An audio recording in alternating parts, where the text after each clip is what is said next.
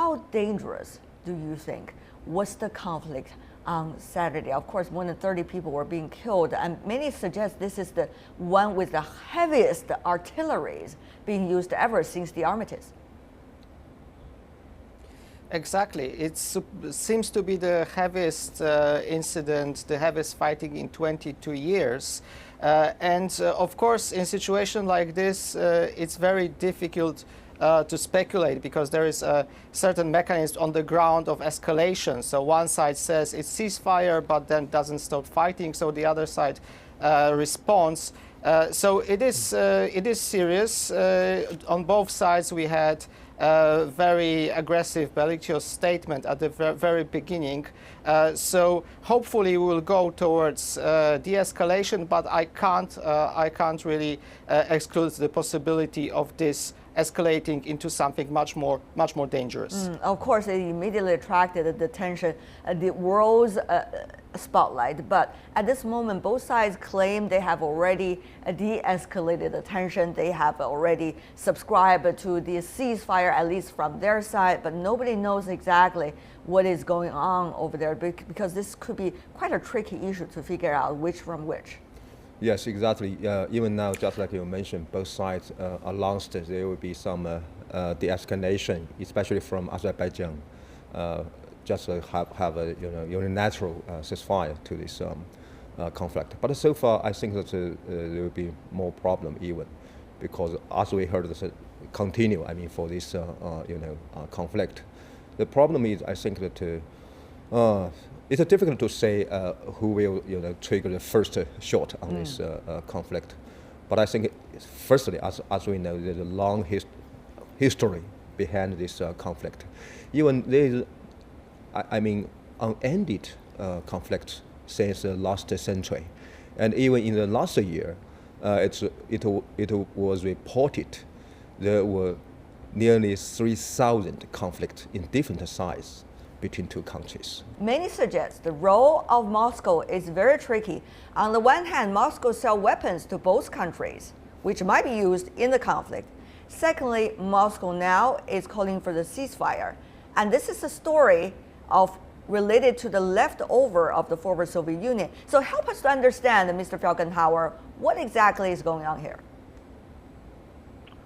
Well, for Russia, the strategic long-term objective in the region is most likely to restore Soviet-time domination in Transcaucasia, which is seen as an essential part of Russian interests in the region, which means that Russia would want to have close relations with all three Transcaucasian nations, Georgia, Armenia and Azerbaijan. So Moscow was trying to balance its relations with Armenia and with the Azeris, with Baku, and trying to exclude other outside powers to have much influence in the region.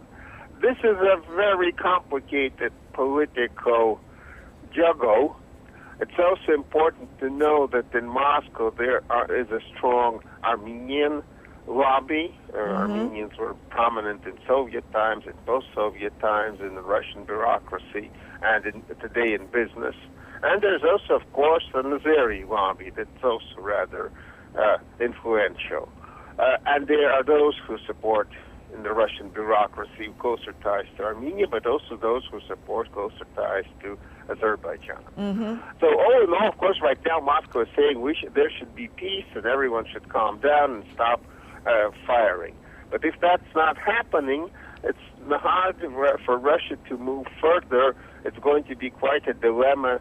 Does Russia intervene with more force? That may trigger, say, a Turkish incursion into the conflict. It's a very dangerous situation. It is a very dangerous situation, Mr. Felgenhauer. That's why I want to ask you, at this stage, which you mentioned a little bit earlier as well, how much weight does Russia's words still carry? Well, of course, Russia has influence, but this conflict right now, though many in post-Soviet countries, from Kiev, I've heard that word, and from other places, and from Turkey, that believe that Russia is really to blame and somehow organized this flare-up. It's not so, and Russian influence is there, but it's to some extent limited. All right. This conflict right now is fed by local sources. There's internal problems, very serious, in Azerbaijan and in Armenia. A lot of public discontent. So a kind of more clashes on the ceasefire line could lead to a patriotic rallying of the public opinion in both Armenia and Azerbaijan, which is basically good for the governments there. So this is an internal kind of very much fueled flare-up where Moscow does not have so much a say. The problem is that this internally maybe fueled flare-up can get totally out of control, and we can get a regional war on our hands. And that's the concern, isn't it, Mr. Kulesa? I mean, on the one hand, it could be local source leading to specifically this conflict, and yet all the onlookers are paying very close attention with very different agenda. For example, Russia, Turkey, and also the so-called the Minsk Group, which also includes the United States and some of the Western countries. Tell us, what about that at this stage? If I were to describe the general moods, it's of course concerned, but primarily it is surprise. Simply with so many things on the plate for the major European countries and the United States. And you can start with Ukraine, then go to Syria, and then go to the migration crisis. Nobody seemed to pay that much attention to South Caucasus and Nagorno-Karabakh in particular. So right now there is a very nervous, I think, period in which everybody is first of all appealing for calm, but then trying to figure out how to put pressure on both the parties to de-escalate and to go to the ceasefire again. The Minsk Group, there has been a lot of talk about it recently because it is a mechanism, and yet it hasn't really worked much for any of the conflict, because we understand since the collapse of former Soviet Union, the Minsk Group later was established, and yet it has not necessarily solved the hundreds of different sizes of conflicts on border among the former republics of the former Soviet Union. Yeah, now it looks like now almost every, all parties say that, okay, then, for everybody, okay, there will be no more conflict between two countries because it's out of the interest of all party, of course, except for the, announcement from Turkey. It makes sense, but until the realities arise. Yes, exactly. So of course now here is a Minsk Group. It looks like the mechanism to help the de-escalation of the situation. But another problem is, if we understand how it's a complicated situation there, maybe more pessimistic about the future. For example, how about this different, situation from past, especially. Now we do have the Ukrainian crisis, and still, very, very kind of a deadlock situation between U.S., Russia, and the European Union in the part of that region. And also, we mentioned the South Caucasus. South Caucasus used to be regarded as a very, very big resources for any kind of instability and conflicts. So now the problem is, once those one of these big players, they want to get something from this conflict, that there will be maybe further conflicts because it could be used by some big players. How well have those border issues been discussed and resolved? In this case, there's only armistice.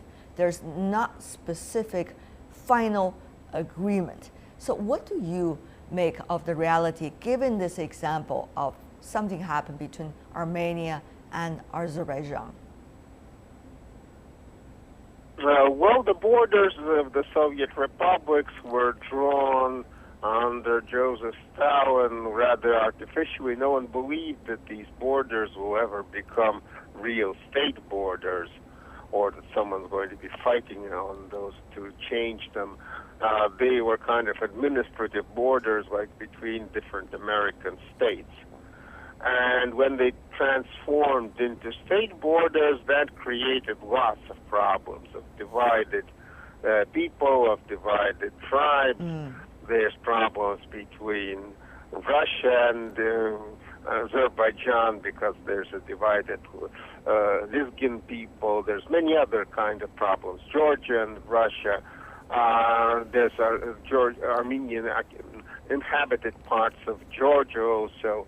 And there's the Nakhichevan, and there are different kind of enclaves. These borders can only function if it's a kind of very, very friendly relations when they are not that important. When they become important, that creates very serious problems in Central Asia too. These borders are almost unworkable in a kind of if they become international, and that has been creating problems all over the former Soviet Union, and there doesn't seem to be much of a let-up. There's this there's almost war between Russia and Ukraine. Of course, there's the ceasefire in the Donbass, but still there's a confrontation. How much danger are we going to see a repetition of what Ukraine was like before it ran into the biggest conflict? Is this region facing a danger of having another Ukraine? Also, given the fact that the Ukraine crisis has not been resolved at all, have we learned any lesson that we can help to, in a way, put things back into its track for this border conflict between Armenia and Azerbaijan? Mr. Kulesa.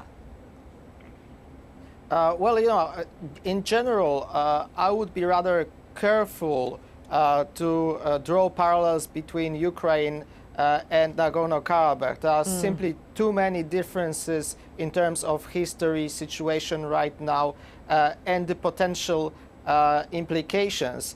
But interestingly, a lot of experts were predicting that Ukraine would end up, as Nagorno-Karabakh, would end up in a state of a conflict which is sometimes frozen, sometimes unfrozen. So it's very interesting that right now we're saying maybe Nagorno-Karabakh would end up as Ukraine.